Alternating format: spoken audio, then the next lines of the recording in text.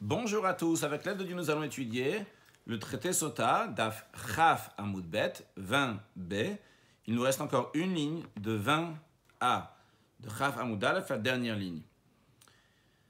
Tanya, on a enseigné dans une braïta, Rabbi Yuda dit, Haya Rabbi Meir, Omer Haya Rabbi Meir disait, donc Rabbi Yuda a dit au nom de Rabbi Meir, que la kol matilim kankantom, dans tout ce qu'on écrit, c'est-à-dire un Sefer Torah, un livre de Torah, un rouleau de Torah, des tfilines, des mezuzot, on peut toujours mettre du kankantom, du vitriol, les tochadio dans l'encre, ce qui fait qu'on ne pourra pas effacer.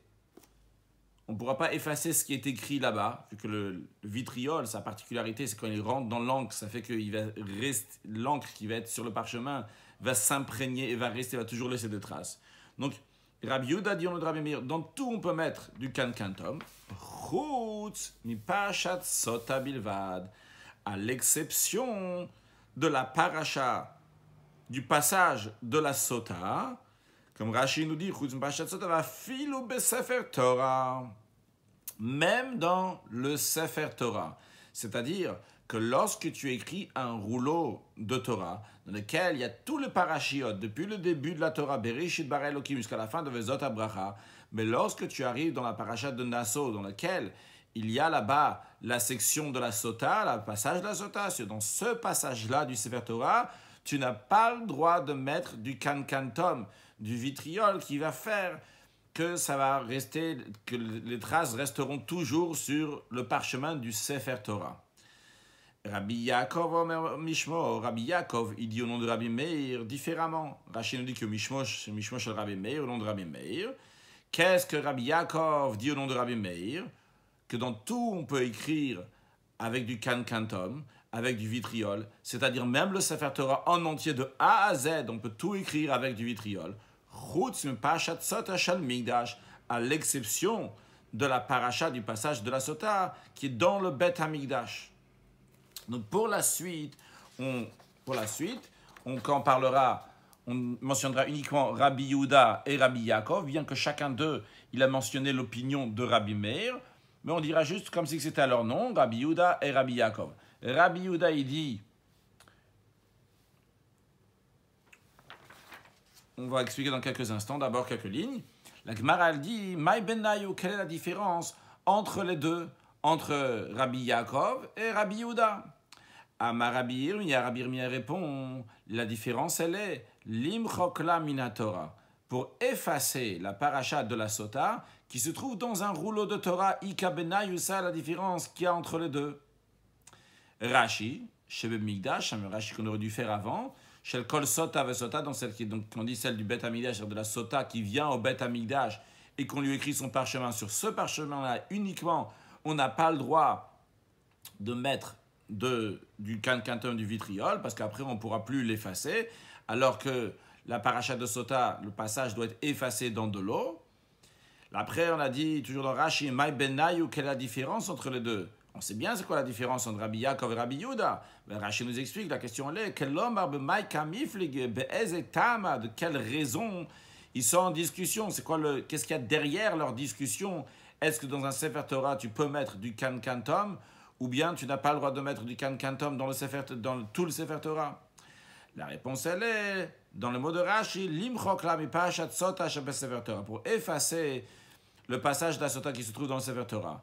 Le Tana Kama, d'après la première opinion, c'est-à-dire Rabbi Yehuda Markinan, on a le droit d'effacer.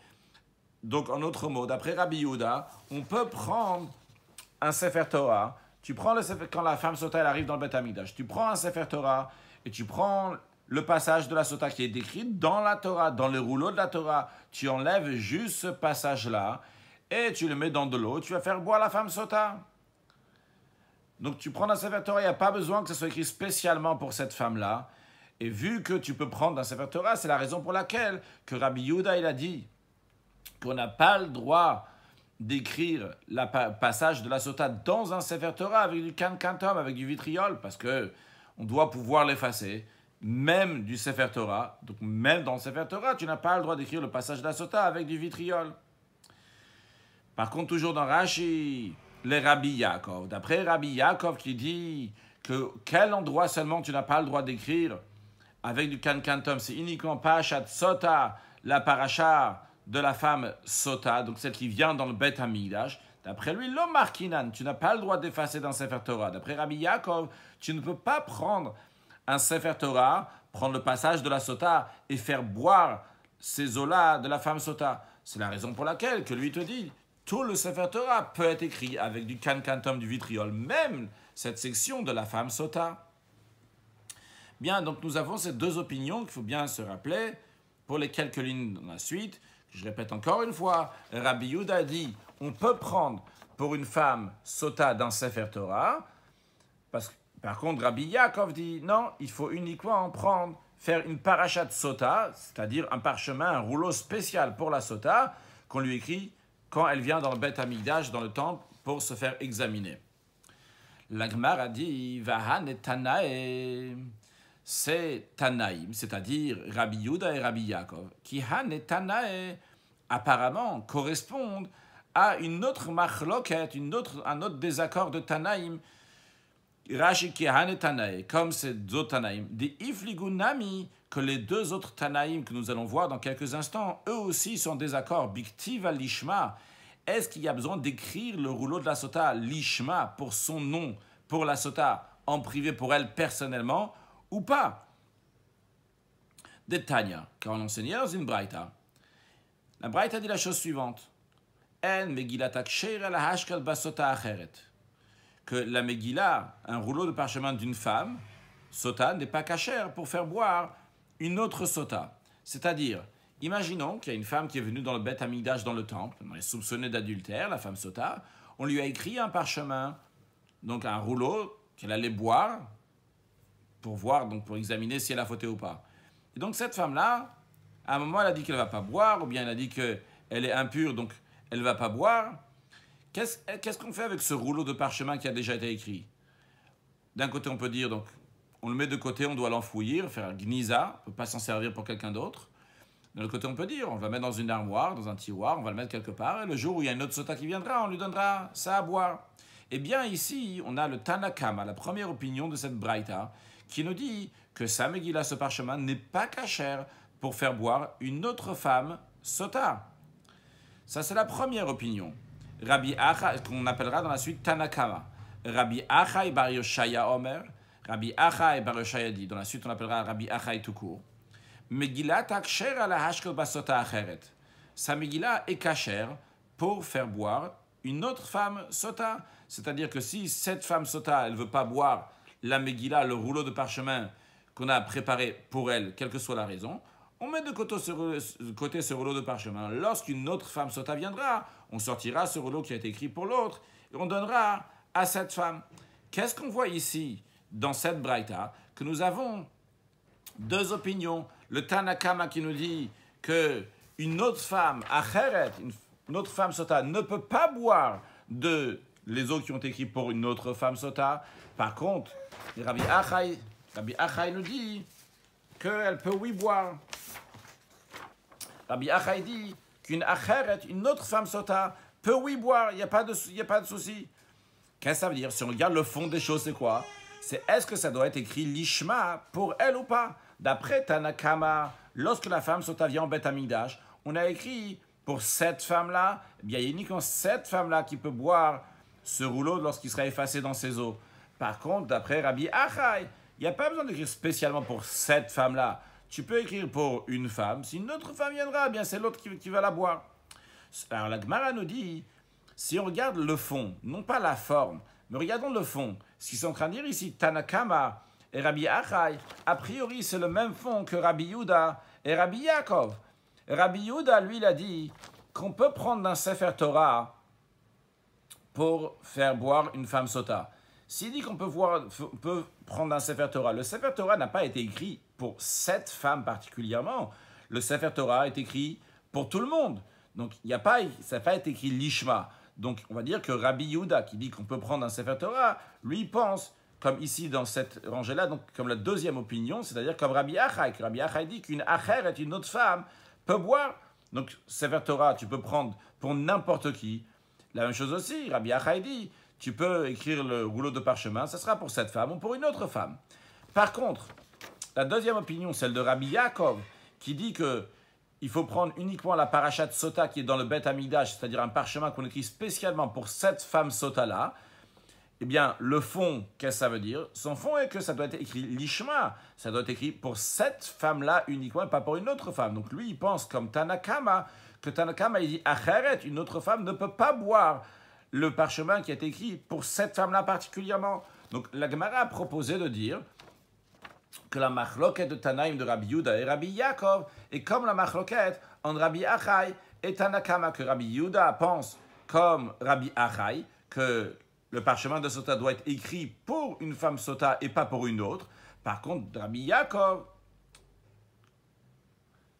il pense que, pardon, le contraire, Rabbi Yehuda, il pense que on n'a pas besoin d'écrire pour cette femme-là, on peut écrire même pour une autre femme. Par contre, Rabbi Yaakov, il pense qu'il faut écrire spécialement pour cette femme-là et une autre femme ne peut pas le boire si ce n'est pas pour elle. Comme ça, c'est ce que la Gemara a proposé. Nous allons voir maintenant deux explications de contradiction, dans tous les cas de refus, une de la part de Rav Papa et un deuxième de la part de Rav Nachman bar Yitzhak, qui vont nous expliquer que la comparaison entre Rabbi Yehuda, Rabbi Yaakov d'un côté et de l'autre côté Rabbi Achai et Tanakama n'est pas obligatoire, on n'est pas obligé de dire comme ça, on peut très bien expliquer la machloket le désaccord de manière différente. Ah, ma Rav Papa il dit la chose suivante. Dilma lohi, peut-être, ce n'est pas ainsi. Toi tu as dit que c'est le même fond la discussion entre Rabbi Yaakov, Rabbi Yehuda et d'un autre côté Tanakama et Rabbi Achai. Non, c'est peut-être pas ça la machloket. Jusqu'à présent, Tanakama, donc de la deuxième braïta, quand est-ce qu'il dit qu'une femme sota ne peut pas boire ce qu'on a, les eaux, avec le parchemin qu'on a écrit pour une autre femme sota? Quand est-ce qu'il a dit ça? Vu que ce parchemin a été exclu, a été mis de côté, pour Rachel spécialement, Rashi des Intik Mikonash, il était exclu de toutes les femmes, Lishma Shazo. Elle est venue dans le Bet Hamikdash, dans le temple. On a dit bonjour Rachel, il y a besoin qu'on écrive pour vous un parchemin, un rouleau. Très bien, on va écrire pour vous un parchemin. Donc ça a été exclu pour Rachel. C'est la raison pour laquelle que Tanakama te dit, dans le Tanakama de la deuxième braïta, donc il te dit Lo hadra minnat kaleshum Léa. Après, on ne peut pas l'exclure pour Léa. C'était pour Rachel, ça a été conditionné pour Rachel, ça ne veut pas aller pour Léa. C'est pour ça que Tanakama il a dit que sa Megillah n'est pas cachée, son parchemin n'est pas cachère pour donner à une autre sota. Mais le Tanakama te dira, aval Torah, mais la Torah, dit stam activa, la Torah elle est écrite de manière générale. La Torah n'a pas été écrite pour Rachel. Quand j'écris un Sefer Torah, un scribe écrit un Sefer Torah, elle n'écrit pas ni pour Rachel, ni pour Léa. Achinami de Markinan. Dans ce cas-là, Tanakama te dit, il n'y a pas de souci, tu peux prendre un Sefer Torah. Donc, on peut très bien dire que le Tanakama qui pense qu'on ne peut pas faire boire une autre femme sota avec le parchemin qu'on a écrit pour celle-là, c'est uniquement si ça a été écrit pour Rachel, on ne peut pas faire boire Léa. Mais Tanakama serait d'accord avec Rabbi Yehuda qu'on peut prendre du Sefer Torah. C'est-à-dire, en autre mot, Tanakama ne demande pas que ça soit écrit Lishma pour cette femme-là. Juste au cas où ça a été écrit spécialement pour cette femme, c'est pas bon pour une autre femme. Mais il n'y a pas besoin que ce soit Lishma. Tanakama te dirait, si tu veux prendre un Sefer Torah, moi je suis d'accord avec Rabbi Yehuda. Donc la comparaison qu'on a voulu faire, que Tanakama pense, Rabbi Yaakov et Tanakama pensent la même chose, n'est pas juste. Toi, tu voulais dire que Rabbi Yaakov il dit que c'est uniquement la paracha sota qui est dans le Bet Hamikdash, qui est écrit donc pour la femme, ça doit être écrit pour la femme spécialement, et ça correspond avec ce que Tanakama il a dit qu'on ne peut pas faire boire une autre femme sota. Non, peut-être Tanakama il pense qu'on peut prendre du Sefer Torah uniquement si ça a été exclu pour Rachel. À ce moment-là, on ne va pas pouvoir faire boire Léa. Donc ça, c'est l'explication de Rav Papa, comment il refute la comparaison des Tanaïm. Mara continue.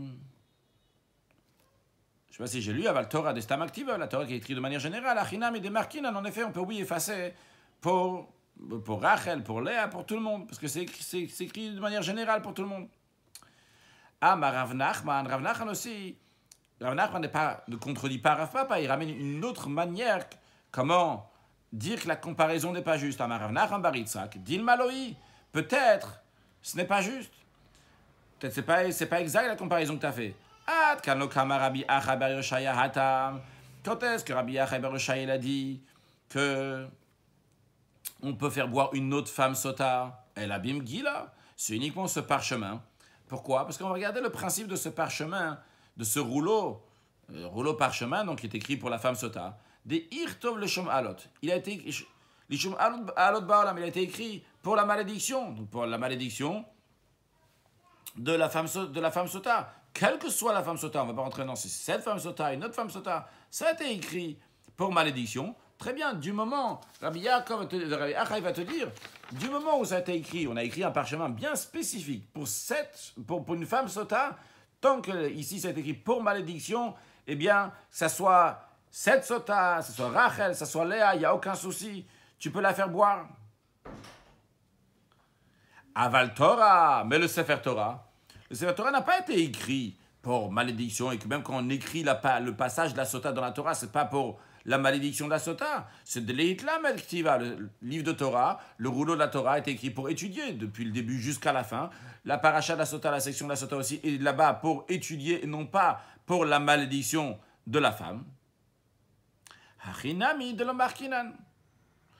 Rabbi Achai te dira, dans le Sefer Torah, on ne peut pas effacer. Donc, en d'autres mots, nous on a voulu faire une comparaison entre Rabbi Achai et Rabbi Yehuda. Rabbi Yehuda dit tu peux prendre du Sefer Torah, c'est-à-dire qu'il n'y a pas besoin que ça soit écrit l'Ishma pour cette femme sota. Et Rabbi Achai aussi dit tu peux prendre n'importe quel parchemin de cette femme sota pour l'autre aussi. A priori, ça correspond très bien. Rav Nachman bar Yitzchak dit non. Peut-être Rav Achai va te dire, il y a besoin que ce soit un parchemin bien particulier. D'ailleurs, comme Rabbi Yaakov le dit, il y a besoin d'une parachat sota, écrire pour la sota. Seulement quoi? Lui, il dit juste, ça doit être pour une sota en général. Non pas pour Rachel ou pour Léa, ça peut être aussi bien pour Rachel ou pour Léa, mais au moins ça a été écrit pour la sota. Mais de prendre du Sefer Torah, Rabbi Achai te dirait, non, on ne peut pas prendre du Sefer Torah, parce que le Sefer Torah, il a été fait pour étudier. Donc on voit comment Rav Nachman bar Yitzchak nous a dit tu ne peux pas faire la comparaison entre Rabbi Achai et Rabbi Yehuda. Alors Rashi nous explique que Rav Nachman ne contredit pas les paroles de Rav Papa sur le texte. Amar Rav Nachman vechulu, Iyunami parich. Lui aussi, Rav Nachman aussi demande des Hanetanae, l'Avkianetanae, que ces deux Tanaïm ne correspondent pas à ces deux Tanaïm-là. Ou parich le Idargisa. Et il demande de l'autre côté. Veit le nami de Rav Papa, il tient aussi ce que Rav Papa a dit. Que Rav Papa a dit, donc il a fait une différence, il a dit qu'on ne peut pas dire que Tanakama, il pense comme Rabbi Yaakov. Donc c'est autrement, Rav Papa, il a dit Tanakama, on n'est pas obligé de dire qu'il pense comme Rabbi Yaakov. Et Rav Nachman bar Yitzchak, je répète, Rav Papa, il a dit qu'on n'est pas obligé de dire que Tanakama pense comme Rabbi Yaakov. Et Rabbi Nachman bar Yitzchak, il a dit qu'on n'est pas obligé de dire que Rabbi Achai, il pense comme Rabbi Yehuda. Mais ils sont d'accord sur le principe. Comme ça, il dit on peut demander de ce côté-là, on peut demander de l'autre côté. Bien, en tous les cas, qu'est-ce qu'on a vu? On a vu que d'après Rabbi Achai, il n'y a pas besoin que ça va être écrit spécialement pour cette femme sota. Le principe, ça soit écrit pour une femme sota en général. Alors la Gemara s'étonne sur cela. Rabbi Achai bar Yoshai et Rabbi Achai bar Yoshai, l'etles qui ne tient pas de la règle Katav le Garesh et Tishto. La Gemara nous dit. Là, il y a écrit la règle est comme ça, que si quelqu'un il a dit un sofer, ou bien il a écrit pour divorcer sa femme, Venimlach, il a changé d'avis. Ok. Rashi, Katav la get, le garesh et il a écrit un get, un acte de divorce pour divorcer sa femme. Venimlach mine gasha, il a changé d'avis. Il a dit, ok, je ne vais pas la divorcer. Puis, Metsao ben Niro, il y a un habitant de la ville qu'il a trouvé, qu'il a rencontré. Cet autre habitant de la ville, lui, voulait divorcer sa femme. Amarlo, il lui a dit, tu sais quoi, viens, on va faire des économies. On va gagner Shmik et Shimcha. Moi, je m'appelle comme toi. Tu t'appelles Rouven, moi aussi, je m'appelle Rouven. Mais Shamishtik et Shamishtecha. Le nom de ma femme, c'est comme ta femme. Ma femme s'appelle aussi Rachel. Tu sais quoi? Donne-moi le get. Tu as écrit un get. Ça a coûté quelque chose. Dommage. On va l'utiliser maintenant. Je vais l'utiliser pour moi. Eh bien, la règle est que pas sur le garejbo. La loi, elle est que ce get-là, il n'est pas cachère pour divorcer l'autre femme. Voyons Rashi. Et le cas est la halacha. Le cas, donc, Ben Hiro, c'est chez Shmo Kishmo. Donc, quelqu'un d'autre, son nom, c'est comme son nom. Veomo Tahir, il est de la même ville.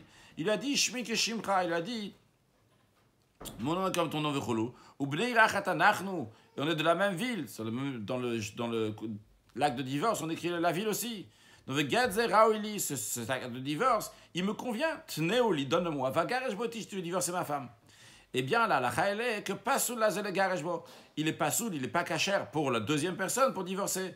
Pourquoi? De darshinan, car on interprète là, l'ishma pour elle, ça veut dire l'ishma en son nom. Il y a écrit, dictivité écrit, katavla sefer kitut. Il va lui écrire un livre de séparation, donc un acte de divorce. Mais katavla, le fait qu'il va écrire pour elle, ça doit être pour elle, décidé à elle bien particulièrement. Alors, la question, elle est sur Rabbi Achai, Vachanami.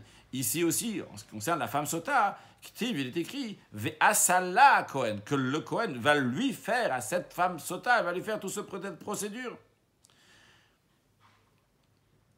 On est sur le texte d'Agmara. Amre, alors Agmara dit Hatam là-bas, il y a écrit Katavla Marachmana. Là-bas, à propos du guet, il y a écrit du l'acte de divorce, il y a écrit Katavla qui va écrire pour elle. Donc, Inan Ktiva Lishma, il y a besoin que ce soit écrit Ktiva, que ce soit écrit Lishma, pour elle, en son nom. Alors, Gma dit, mais Hachanami, ici aussi, à propos de la sota, il y a aussi écrit Asala, il va faire pour elle. Gma, elle répond, Mayasiya, qu'est-ce que ça veut dire faire? Mechika, ça veut dire effacer. Rav Achai va te dire, vrai, il y a écrit Asala Kohen. C'est vrai qu'il y a écrit que le Kohen doit faire pour elle. Qu'est-ce que le Kohen doit faire pour elle? Rav Achai te dira, ce n'est pas écrire le rouleau de la sota pour Rachel et non pas pour Léa. Non, le rouleau de la sota peut être écrit de manière générale et il va servir aussi bien pour Rachel, il va servir aussi pour Léa. Mais la mechika, lorsqu'on va effacer le rouleau, ça, il doit être écrit uniquement pour Rachel ou pour Léa. Donc, il tient de la notion de l'ishmak, ça doit être fait pour elle. Ve'asala, on va faire pour elle. Mais qu'est-ce qu'il doit faire? C'est la mechika, c'est effacer. La Gemara maintenant reprend les mots de la Mishnah et va les développer. On avait appris dans la Mishnah la femme, elle a à peine le temps de boire ses eaux, et si elle a fauté, son visage devient blême, ses yeux enflent et ses veines ressortent. Comme ça, la Mishnah l'avait dit. En tout cas, qu'est-ce qu'on voit? On voit qu'il y a écrit dans la Mishnah que dès que la femme, elle boit tout de suite, à la suite de cela, la femme, les eaux vont faire leur effet. Donc, pour comprendre la suite, rappelons qu'on avait déjà appris dans le passé une discussion entre Rabbanan et Rabbi Shimon. Rabbanan disent que d'abord la femme elle amène sa mincha, son oblation, et après seulement, à la suite de cela, la femme va... Pardon, d'après Rabbanan, d'abord la femme elle va boire, et après seulement, la femme va amener son oblation, sa mincha. Par contre, d'après Rabbi Shimon, d'abord la femme va amener son oblation, et après elle va boire. Maintenant, réfléchissons. Si la Mishnah, elle dit que dès que la femme, elle boit, tout de suite, ça fait un effet, il faut dire de quoi s'agit-il? Il s'agit de l'opinion de Rabbi Shimon, puisque Rabbi Shimon, il dit que d'abord, elle amène sa mincha, et après, elle boit. Donc, on peut comprendre que dès qu'elle boit, tout de suite, les eaux vont avoir un effet. Ce qui n'est pas le cas d'après Rabbanan, puisque d'après Rabbanan, tant qu'elle n'a pas amené sa mincha, les eaux n'ont pas d'effet, puisque la procédure n'est pas finie. Voyons sur le texte. La Gemara nous dit... Mani, d'après qui va notre Mishnah? Réponse, Rabbi Shimon, ça va d'après l'opinion de Rabbi Shimon. Rabbi Shimon a dit, que d'abord, la femme amène son oblation, et après seulement, il fait boire la femme. Parce qu'une chose est sûre, tant que, et d'après Rabbi Shimon et d'après Rabbanan, tant que la mincha n'a pas été amenée, donc si on n'amène pas la mincha, le bat que le maya, les eaux ne vont pas examiner. Dictive, il est écrit, mincha zikaron maskaret avon. Une mincha, une oblation, donc ce qu'elle amène la femme sota. Donc cette oblation-là, qui est un souvenir, maskaret avon, qui rappelle la faute. Et quand ça rappelle la faute, à ce moment-là, la femme va être punie. Rashi, mani yade katane, d'après qui ça va ce qu'on enseigne la Misha de Kevan Sheshateta, que puisqu'elle a bu nivdeket, elle est examinée dès qu'elle a bu. Ça va d'après qui? Rabbi Shimon, c'est l'opinion de Rabbi Shimon. De Amar qui dit makriv minchata, que la femme amène son oblation vers achakach mashke, et après, elle va boire. De Iloa qui va bereisha, car si elle n'a pas amené sa mincha au début, lohava mivdeka, elle ne va pas être examinée à tchetikav minchata, jusqu'à que la mincha va être offerte. Dictive maskeret avon, parce qu'il y a écrit que la mincha, cette oblation que la femme sota amène, elle maskeret avon, elle rappelle la faute, et c'est à ce moment-là donc que Dieu la punit. Donc bien, très bien. Donc on a une information ici, on a bien compris que la Mishnah, elle va d'après Rabbi Shimon, puisqu'on a d'abord la femme, on a d'abord la femme qui amène la mincha, et après elle boit, et tout de suite dès qu'elle boit, si elle a fauté, elle est punie tout de suite. Bien, la Gemara a dit, ça marche bien, mais j'ai un problème avec la seifa, avec la fin, la conclusion de la Mishnah, qui ne peut pas aller d'après l'opinion de Rabbi Shimon. Et nous, on essaye toujours un maximum de dire que quand il y a une Mishnah, le début et la fin de la Mishnah va aller d'après le même Tana. Donc on aimerait bien que le début et la fin de la Mishnah va d'après Rabbi Shimon. Et ici, a priori, ça ne va pas être faisable. Pourquoi? Et ma Seifa, disons la Seifa, voyons la Seifa ensemble, la fin de la Mishnah. À la fin de la Mishnah, il est écrit Yesh la Srout, que si la femme elle a un mérite, Haïta Tolala, le mérite faisait suspendre la punition de ses os. D'après qui ça va cette opinion que les os, le mérite va faire suspendre la punition des os? Atan le Rabbanan. Ça, c'est l'opinion de Rabbanan et non pas l'opinion de Rabbi Shimon. Pourquoi? Dei Rabbi Shimon. Car c'est si l'opinion de Rabbi Shimon. Voilà que Rabbi Shimon il a dit que les os ne suspendent pas la punition des os amers. On apprendra ça plus tard. L'opinion de Rabbi Shimon est qu'il ça n'existe pas un mérite pour les femmes que les os vont suspendre la punition. Si elles doivent punir, tout de suite elle est punie. Donc qu'est-ce qu'on voit? On a la Seifa, et la Seifa ne va pas d'après l'opinion de Rabbi Shimon, la Seifa va d'après l'opinion de Rabbanan. Rashi, Amar Ensrutola, Rabbi Shimon dit le mérite ne peut pas suspendre la punition, mais Matnitin, on verra ça dans la Mishnah, plus loin. Alors, comment on peut faire tenir, dire que le début et la fin de la Mishnah va seulement d'après un seul Tana? Amar Frizda il répond, il dit Hamani, cette Mishnah va d'après qui?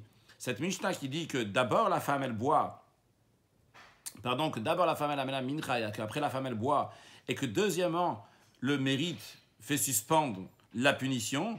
Hamani Rabbi Akivaï, c'est Rabbi Akiva. Pourquoi? Des Amar, on a déjà appris avant que l'opinion de Rabbi Akiva est comme celle de Rabbi Shimon sur un point, sur le point que Makivet Minchata ve Acharkar Mashke. Rabbi Akiva tient aussi comme Rabbi Shimon que d'abord la femme elle amène sa mincha et après seulement elle boit.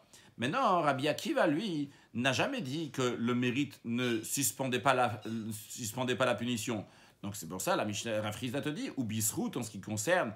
Donc si la femme a un mérite, ça va. La Rabbanan y pense comme Rabbanan que le mérite va faire suspendre la faute. Rashi, Rabbi Akivaïd, Amarle qui a dit avant, donc dans la Fiutet Amoudbet, on a pris ça il y a 2 cours. Donc dans 19b, Mishekara va commettre, et qu'une fois que le comet, la poignée, a été offert sur l'autel, en d'autres mots, une fois que la mincha a été faite, elle ne peut pas se rétracter. Alma, donc on voit que Mekar ve la kodem shetishte. D'abord, on lui amène la mincha, et après, elle va boire. Parce que si tu dis que c'est dans le sens inverse, que d'abord elle a bu, et après Rabbi Akiva te dit, tu amènes la mincha. Alors, une fois qu'elle a amené la mincha, il n'y a plus de quoi se rétracter puisqu'elle a déjà bu. Ce qui nous oblige à dire que d'après Rabbi Akiva, d'abord la femme, elle amène la mincha à l'oblation. Et justement, c'est pour ça que tu dis elle ne peut plus se rétracter. Elle doit aller boire. Dans tous les cas, donc boire, ça va venir après. Donc, en résumé, c'est quoi la réponse? Rabbi Akiva te dit que d'abord, Rabbi Akiva pense que d'abord la femme, elle amène sa mincha et après elle boit. Ça, c'est un point. Et pour le mérite, il pense comme Rabbanan que le mérite peut faire suspendre la punition. Continuons dans la Gemara. On avait appris dans la Mishnah, la Mishnah on dit que quand la femme elle avait bu, et à ce moment-là, donc elle commence à avoir donc, cette punition qui se fait sur son corps, eh bien les gens disaient, Otsiou a fait sortir la femme de la Hazara, donc du parvis du temple. Gemara, elle demande, Maïtama, quelle est la raison? Avant de voir ce que la Gemara va nous dire, juste une introduction générale. Donc déjà, l'endroit où la femme se situait, c'était à cet endroit-là. Donc on va prendre comme ça dans ce sens-là. Donc ici, là, c'est l'entrée du Beth Hamikdash, donc on rentre dans la Hazara. Puis après, donc il y a ici ce qu'on appelle le Shar Nikanor. À cet endroit-là, c'est cet endroit donc, que la femme se tenait là, pour faire son sacrifice. Donc dans l'entrée comme ça, dans l'épaisseur de l'entrée de la porte, ce qu'on voit juste ici. Et ici donc on a le Mizbeach, l'autel sur lequel on offre donc la mincha. Ça c'est un point. Un deuxième point, déjà que puisqu'on est sur cette page-là, à différencier, ici donc c'est une grande kedusha, une grande sainteté. Ici, avec le reste du monde du temple, à une sainteté qui est inférieure. On va expliquer dans quelques instants. Encore une chose à introduire, lorsque le peuple juif se trouvait dans le désert, il y avait ce qu'on appelle trois camps de trois niveaux de sainteté, on va dire. Il y a ici, donc en plein milieu, ce qu'on appelle le Machane Shrina, il y a ici le tabernacle, donc c'est le camp de la Shrina, de la présence divine, vu qu'il y avait le Mishkan, il y avait le tabernacle. Autour de cela, il y a écrit donc, le camp des Lévites, donc c'est le camp des Lévim, c'est ce qu'on appelle le Machane Lévia. Donc c'est un niveau inférieur de sainteté. Puis on a un troisième niveau inférieur de sainteté, c'est donc où se trouvait après tout ce qu'on appelle le Machane Israël, le camp du peuple juif, donc où ils campaient lorsqu'ils étaient dans le désert. Donc on a trois étapes. On va du bas vers le haut, on a le Machane Israël, le camp du peuple juif, puis après on va plus haut, c'est le Machane Lévia, donc qui est plus saint, donc le camp des Lévites, mais après encore plus haut, la troisième étape, c'est Machane Shrina, l'endroit où la Shrina se réside.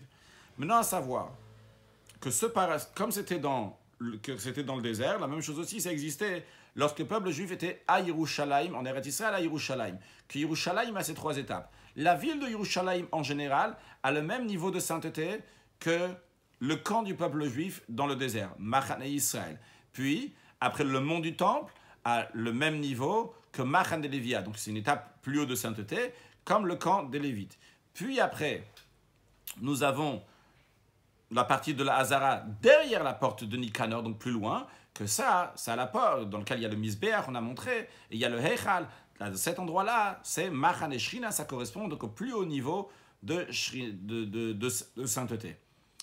À savoir que certains impurs ont le droit de se trouver dans tel camp et pas dans l'autre camp, certains ont le droit dans tel camp et pas dans un autre camp. Chacun en fonction de l'impureté, et certains même sont exclus des trois camps, mais ce n'est pas le concept aujourd'hui. Bien, voyons maintenant sur le texte. Agma, elle demande, veut se comprendre pourquoi cette femme Sota, lorsqu'elle commence à ressentir sa punition, elle commence donc son visage devient blême et ses veines commencent à sortir, etc. Pourquoi on dit, faites la vie de sortir? Maïtama, quelle est la raison? Agma dit sûrement, elle suppose que sûrement de Dilma Meta, sûrement parce qu'elle va mourir, parce que c'est ce qui va lui arriver en effet, donc vu qu'elle va mourir, c'est pour ça qu'on dit de la sortir. Mais l'Agma demande, et alors si elle va mourir? Le même Rademet Asur Machane Lévia, est-ce que veut dire qu'un mort, il est interdit de se trouver dans le camp des Léviim? Rashi nous dit Machane Lévia. Beharabait, quand on dit ici le camp des Léviim, c'est dans le désert le camp des Léviim, ce qui correspond, lorsqu'ils sont à Yerushalayim, au mont du Temple, dans Ezrat Nashim. Rashi nous explique, parce que le parvis des femmes, donc le parvis des femmes, le carré qu'on a vu au début, Vigam Shar Nicanor, aussi la porte de Nicanor. Donc la porte de Nicanor, c'est où la femme donc, se tenait. L'onid Kachu Bigdushat Hazara, ça n'a pas eu la sainteté de la Hazara, donc qui est derrière la porte de Nicanor.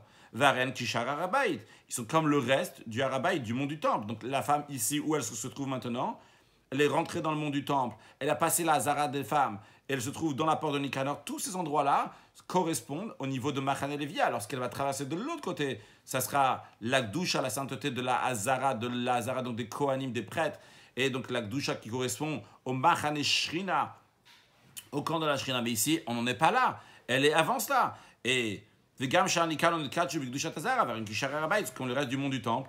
Et c'est un camp de Lévi. Dans le camp de Lévi, on peut avoir un mort là-bas. D'où on sait ça? Ve'atanya va la conscience d'une braïta. Tmemet, quelqu'un qui est impur parce qu'il a été en contact avec un mort. Mutar likanes le machane Lévia. Il a le droit de rentrer dans le camp des Lévites. Non seulement ça, v'lotman bilvad, pas seulement celui qui est impur avec le contact d'un mort, amou.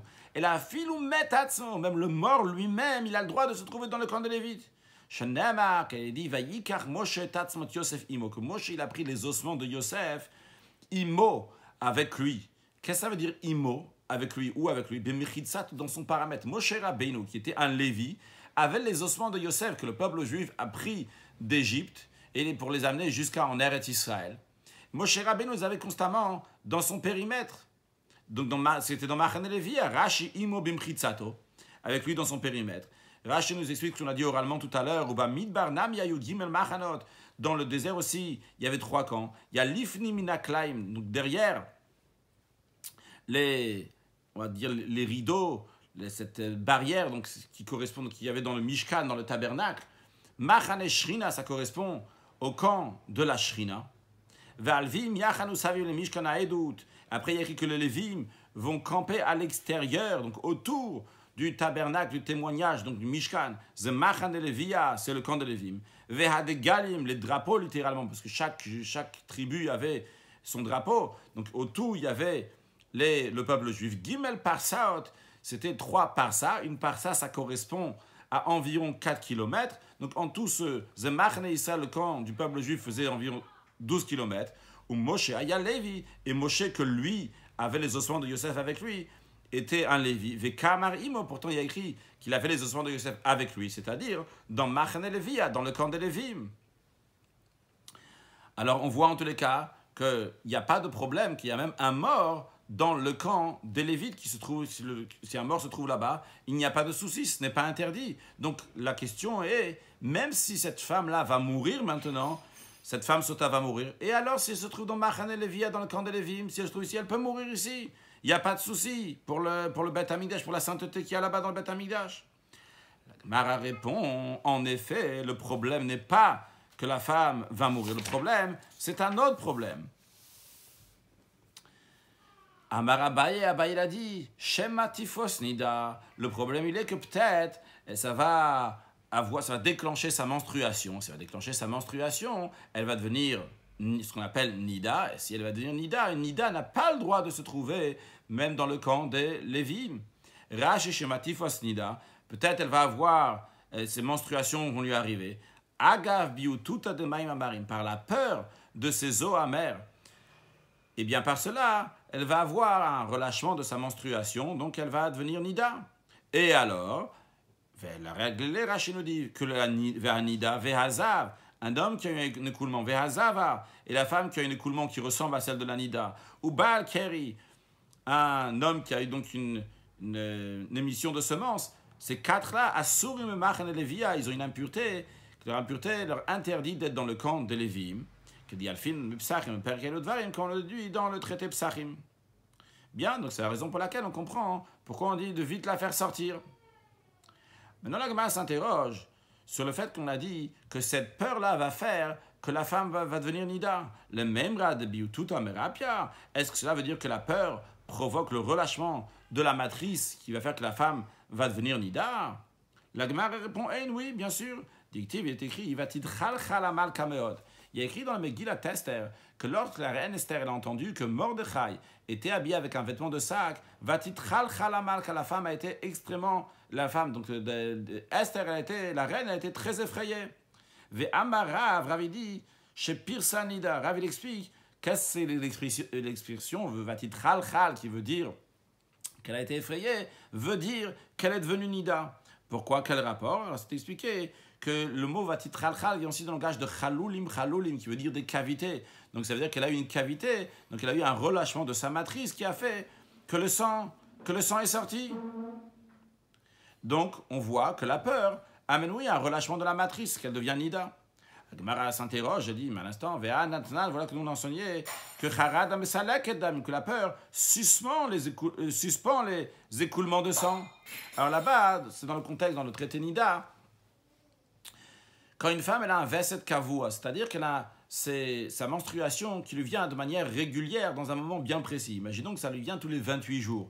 Eh bien, une femme comme ça lui vient tous les 28 jours, eh bien, elle fait un examen pour savoir si elle est tamée, si elle est impure ou pas. Mais imaginons qu'elle n'a pas fait son examen, on dit, la menstruation est venue en son temps, parce qu'elle vient toujours en son temps.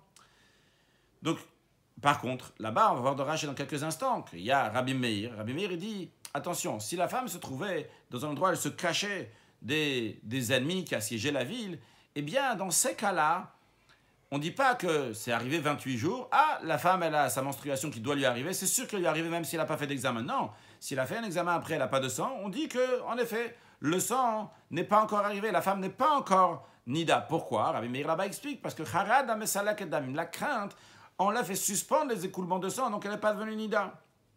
Alors, a priori, on a une contradiction ici. On voit que Esther, on dit, oui, Esther, bien sûr, de même la femme Sota, on veut la comparer à la femme Sota comme Esther, que dès qu'elle a une peur, il y a un relâchement de la matrice, donc le sang va couler, elle va devenir Nida. Tandis qu'on voit ailleurs que Harada, la crainte, au contraire, ça fait suspendre l'écoulement de sang.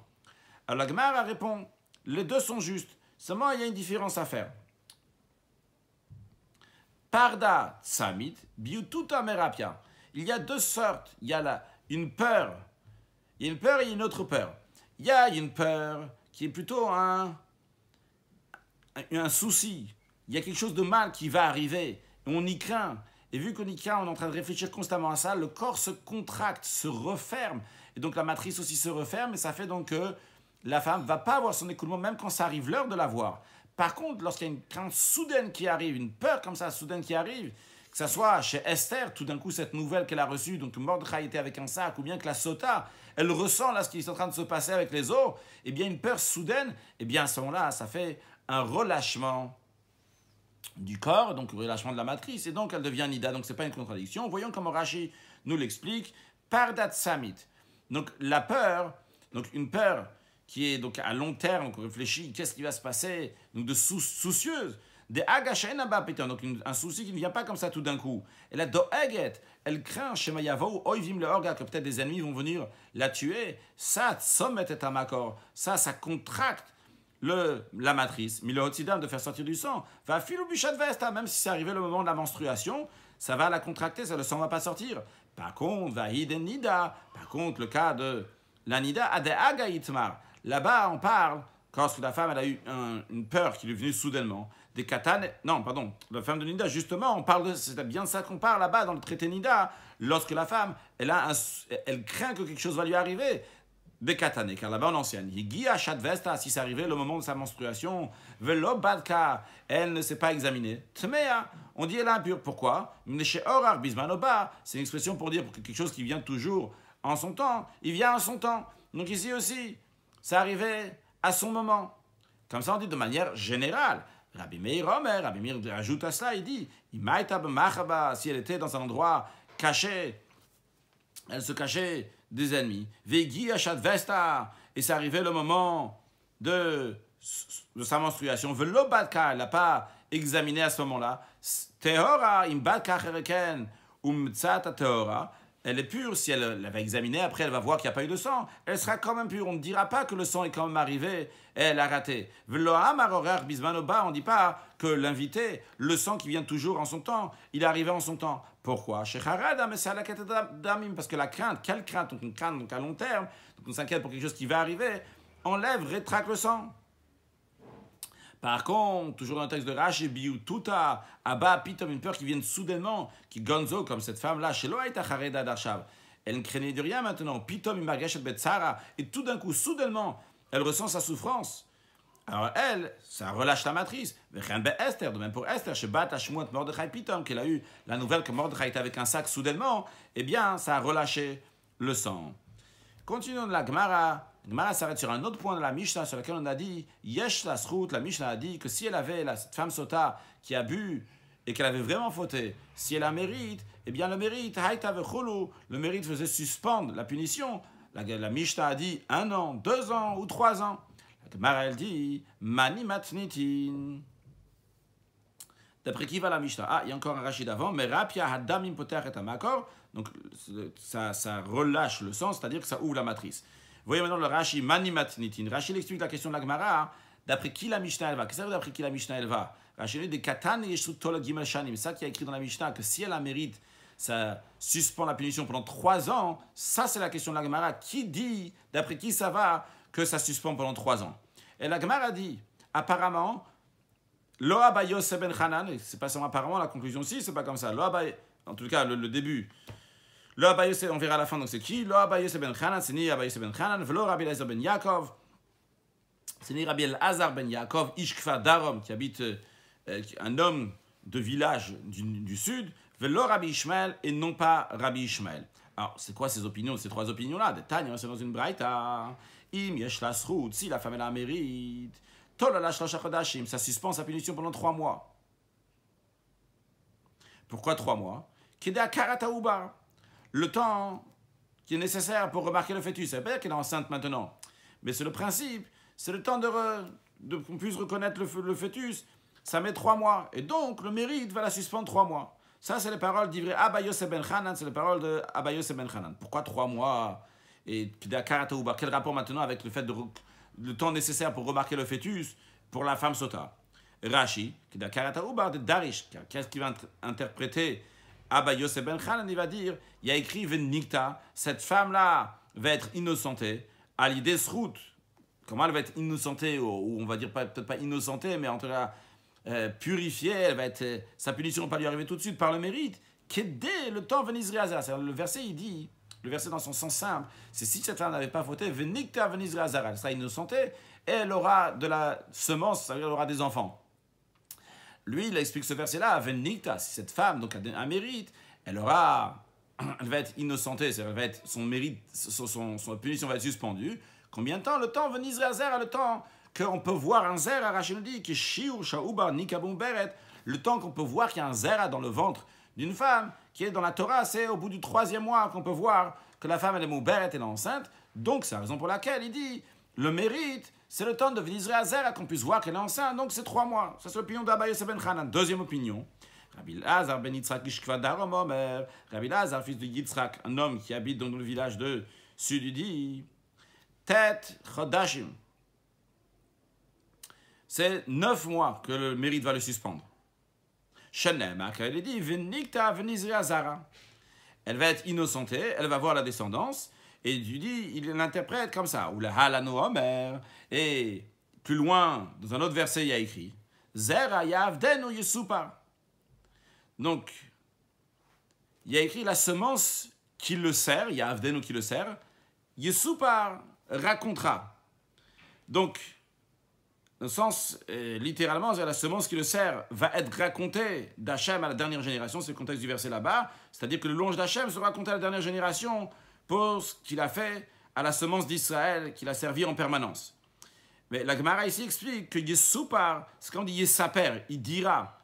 Alors combien de temps? Ça met Zera, Raoul et Saper, ça fait allusion à la semence qui sera capable de raconter des louanges d'Hachem. Donc c'est un fœtus qui peut raconter des louanges d'Hachem, qui peut en tout cas au moins faire du bruit, il faut qu'il soit né, qu'il soit viable. Donc c'est 9 mois. Rashi, Raoul et Saper, l'Iriot, donc qu'il soit vivant, là, vous les disciples chez Vachama, comme qui vient pour dire la louange d'Akadosh Baruch Hu. Donc pour cela, il faut qu'il y ait 9 mois. Donc ce mérite-là va durer 9 mois. Troisième opinion, Rabbi Shmuel Omer, Rabbi Shmuel dit, Shnem Asachod, j'ai dit que le mérite suspend donc la punition de la femme sota pendant 12 mois. Ah, Rabbi Shmuel dit bien qu'il n'y a pas de preuve de l'écriture à la chose. Mais il y a une allusion à la chose. Dictive, il est écrit. Et là-bas, c'est le contexte entre Daniel et le roi Nebuchadnezzar, qui avait fait un rêve dans lequel Daniel lui avait expliqué, donc c'est-à-dire qu'il va perdre sa royauté, il va habiter avec des animaux. Et il lui a dit comme ça, à la suite d'avoir lui dit le rêve, il lui a dit qu'il peut faire quelque chose. Il lui a dit, la haine, en vérité, néanmoins, Malka, mon roi, Milkish par que mon conseil te soit bien, te soit agréable. Écoute mon conseil. C'est quoi mon conseil? Vachatar betzid kafuk. Et rachète tes fautes par la charité. Vayatar bemichan anaïn. Et tes fautes, rachète-les en ayant miséricorde envers les pauvres. Rashi va traduire, comme on vient de le traduire, on le traduire en hébreu, expliquer la haine malka malki ishpar alayr gomer. Daniel amar Nebuchadnezzar, c'est Daniel qui a dit à Nebuchadnezzar, lorsqu'il lui a interprété son rêve. Chez Nitrad Minanash, l'interprétation du rêve était qui va être exclu des êtres humains. Veliot imbehema, être avec des animaux, vechaya, des bêtes sauvages. Il lui a dit comme ça, la haine malka, Rachid traduit, omnam amalek, néanmoins le roi. Après il a dit malki ishpar alayr. Rachid traduit Atsati, mon conseil, Titav Beinecha, soit agréable à tes yeux. Les Am et Atsat, il fait confiance à mon conseil. Vachatair, Rachid dit Vachatair, Betsid Kafouk, Chatair, tes fautes, à l'idée de Tzedaka, de Rachid traduit donc par la Tzedaka, rachète-les. Va'avayatar b'michan anayin. Rachid dit Va'avayatar b'michan, Va'avanoter, atevot b'chanin atanim, en ayant miséricorde des pauvres. Continue sur Daf Chafal, Amoud Aleph. Et Daniel continue, il dit, Hen, d'une telle manière, Te'eve archa l'ishlevatach.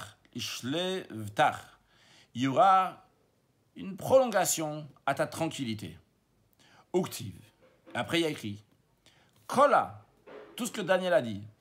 Metal Nebuchadnezzar, Malka, c'est arrivé sur Nebuchadnezzar le roi. Mais Uktiv est écrit Liksat Yachin Triasa. À la fin de 12 mois, c'est arrivé. Rashi.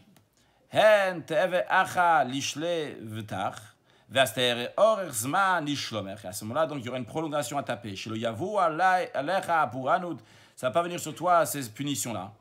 Rashi nous dit, nous informe qu'en effet, c'est ce que Nebuchadnezzar a fait dans la suite. Mais il rassemblait tous les jours les pauvres juifs qu'il avait ramenés en exil.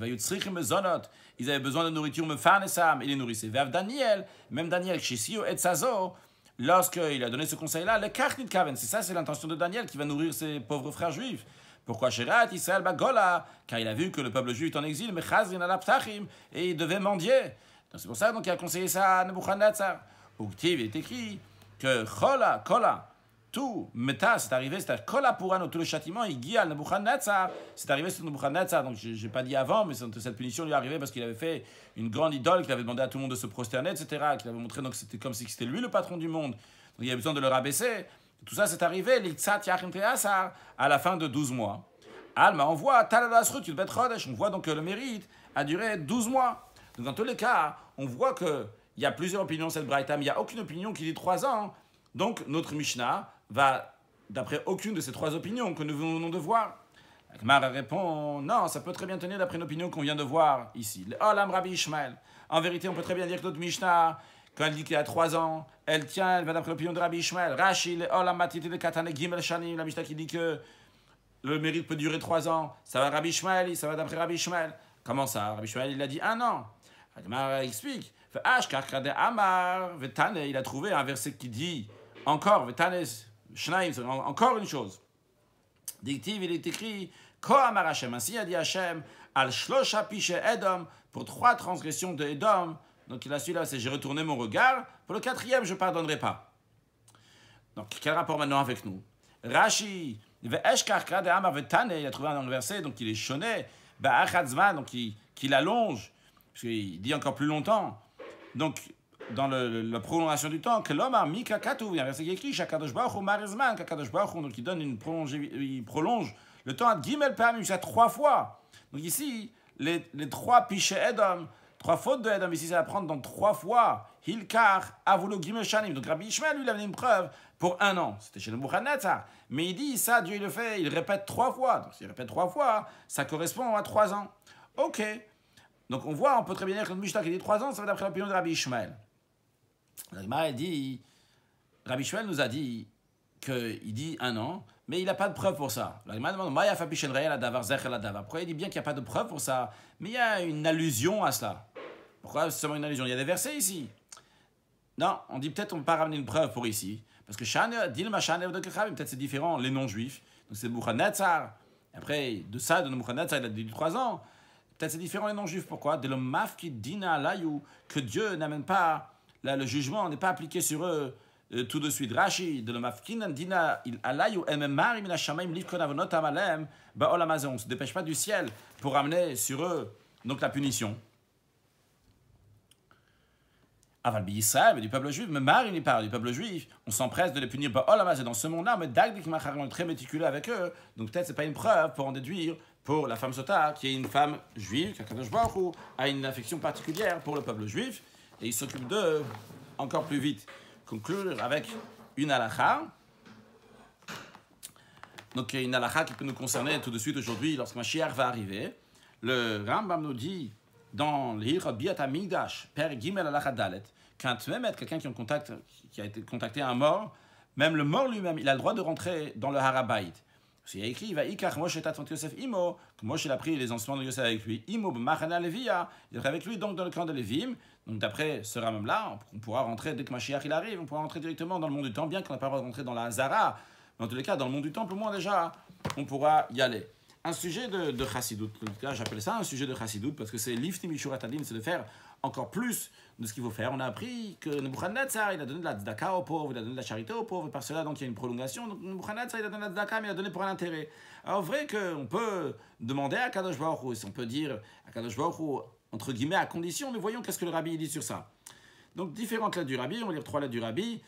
Une lettre que le rabbi a écrite le 27 Tammuz Tafshin Yud Aleph, le rabbi dit « L'effort que vous avez fait d'envoyer $1000 sans regarder votre situation difficile, eh bien, ça fait encore plus grand mérite. » Et ça correspond à ce que le verset dit « Hashem maskil el dal biyom ra'im alteu Hashem » que ça veut dire que même dans une situation qui est difficile, que la personne elle est dal, et quand même il ne regarde pas sa situation, il donne la tzedaka encore plus sa situation, sa possibilité. C'est sûr que ça arrive, la suite du verset « Va'ani betumi tamarta bi v'tatziven mifanech ha'olam » et moi, avec la émouna que j'ai eu, la foi en toi que j'ai eu, eh bien tu m'as donné force, ta martabi, et tu m'as fait tenir à l'éternité. Encore une lettre du rabbi de Teti Tafshin Yud Zayin, le rabbi dit, vous devez expliquer à la personne que vous mentionnez que si Dieu, qu'avec Akadosh Baruch Hu, on ne se comporte pas dans cet ordre-là, c'est-à-dire de lui mettre des conditions, que si tu vas faire ci et ça, on va donner ton la tzedaka. Un juif doit faire le contraire, d'abord il donne la tzedaka, et après il demande à Kadosh Baruch Hu, et pas comme une exigence, mais une demande à Hachem, parce que Dieu c'est le Etzematov, c'est le bien. Alors c'est pour ça il demande à Hachem d'accomplir donc tous ses vœux. Et quand il y a la foi forte dans Kadosh Baruch Hu, on le voit ça même concrètement. Une dernière lettre du rabbi, Yutretev et Tafshin Yud Bet, le rabbi dit donc à cette personne-là, vous écrivez à la fin de votre lettre, et Mirtze Hachem, si Dieu veut, je donnerai beaucoup d'argent pour la Yeshiva Tom Kretim Lubavitch, lorsque il aura l'argent a priori qui chez Ifkidenu. Alors le rabbi dit, c'est pas droit à mes yeux, j'aime pas que vous écrivez ça. Pourquoi rentrer avec des conditions avec Akadosh Baruch Hu? C'est connu ce que nos sages disent, que celui qui donne une somme d'argent à la tzedaka pour telle et telle chose, c'est vrai, il y a écrit Arezet Sadik Gamour, c'est un pieux, c'est très très bien. Mais quand même, il n'y a pas écrit que s'il y a une condition qu'il va faire, après qu'il va faire la baka. D'abord, tu donnes la tzedaka, tu dis à condition que, mais tu dis pas, je donne la tzedaka à condition que. Alors, Rabbi dit, vous comprenez ça de vous-même, qu'il y a une question, qui est-ce qui est la personne la plus sûre? C'est sûr qu'à Kadosh Baruch Hu, on peut lui faire confiance totalement, et il peut tout faire. Donc, ajoutons dans la tzedaka, et sans aucune condition, dans la compréhension, avec les moyens, sans les moyens, que Kadosh Baruch Hu donne les moyens à tout le monde pour donner, encore plus que les moyens, Bezrat Hashem, et que dans la tzedaka, Hashem karev ta geoula, la tzedaka, elle est très grande, qu'elle amène la geoula, elle amène la délivrance, elle nous amène la venue de Mashiach now. Excellente journée.